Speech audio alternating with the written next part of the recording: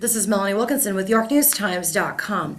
Well, a group of citizens and landowners from York County joined the York County Commissioners on Tuesday morning with a very special request. They brought forward a resolution that they say they would like to see passed by the county board. This resolution states that the county as a whole is opposed to any tar sands oil pipelines coming through, and that if any are ever constructed, that every effort will be taken to ensure the safety of its citizens. Now, the county commissioners have not taken action on this. They just heard testimony and heard the resolution read into the record. My name is Susan Donovan, and I'm here today representing the Good Life Alliance. This is a formal request submitted at the regularly scheduled board meeting held on June 25th, 2013, for the York County Board of Commissioners to enact the following resolution as part of the governing principles of how the board protects the interests of its citizens. We request that this resolution be considered by the board and a vote be taken at the next scheduled board meeting, July 9th, 2013. We have asked Katie Quering, accompanied by her 1-month-old son Wyatt, to read the resolution to the York County Board of Commissioners.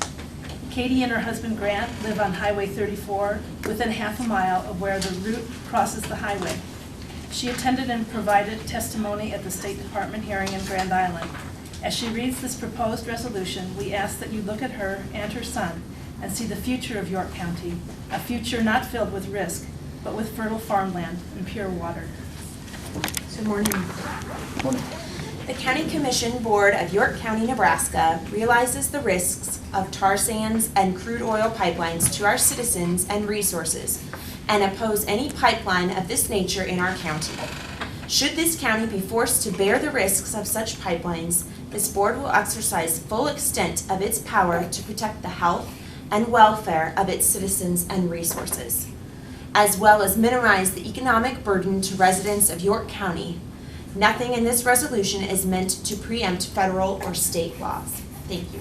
Good morning. I am Jenny Harrington. I live west of Benedict and have been a York County resident my whole life, and grown up on a farm and continue to farm, and hope to pass the farm down to the next generations. I just hope that you guys can take quite a bit of time and consider the resolution that was just read before you. We've spent quite a bit of time talking it over and felt that it encompassed everything that we feel we'd like the county to stand up for. We know that this is kind of new to all of us. We don't have any zoning for these types of pipelines in our county. We feel that there is plenty that can be done to protect the health and welfare of the citizens, and especially the next generations, such as Wyatt and my children and my nieces and nephews. So what we do here in this next year in this county is going to affect them in 20, 30, 40 years. So I hope that we can have great discussion, work together positively, and do some great things here. Thank you. Sure. Good morning. My name's Megan Hammond. I grew up in York County, and I just want to say that some people in our group were like, why are we even trying to pass a resolution if it's not law-binding, if they don't, if it doesn't hold any legal weight. But a resolution is more of a statement and a symbol. And, the American flag is a symbol of who we are and everything we've gone through and where we are today. So I would just ask you to really consider the resolution as a statement and a symbol that we're trying to do everything we can in our county to protect myself and the next generation like Wyatt. So thank you, and I appreciate your consideration. My name is Kevin Graves. I live 9 miles north of Bradshaw, and I have the honor of having this pipeline routed 275 feet from my house. And it doesn't do a lot for me or my children or anyone who's farming the land to know that, the people in Mayflower, Arkansas were deceived. They didn't know when they moved in that pipeline was there that leaked all over their neighborhood. But I'm there first. And it just seems like a gross violation. So even though it's non-binding, we would like to have the assurance that you will do what you can for us. Thank you. Good morning, my name is Terry Van Housen, and I'm a farmer in Pope, New York County for the last 40 years. And this pipeline is, they want to bring it across some of my farm ground, and where it's actually going to go, and if there is a spill on this pipeline on my farm ground, it'll affect 7 neighbors, 2 irrigation systems of mine, and my 10,000 head feed yard.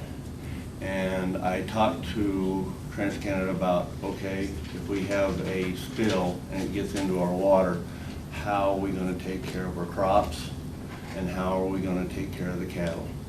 He said, we'll be out to water your cattle. He didn't say nothing else. I am Abby Harrington Kleinschmidt. I grew up west of Benedict as well.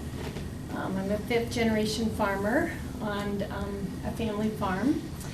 And I guess I just want to commend you all because, you know, a large group of us has been to Washington, D.C.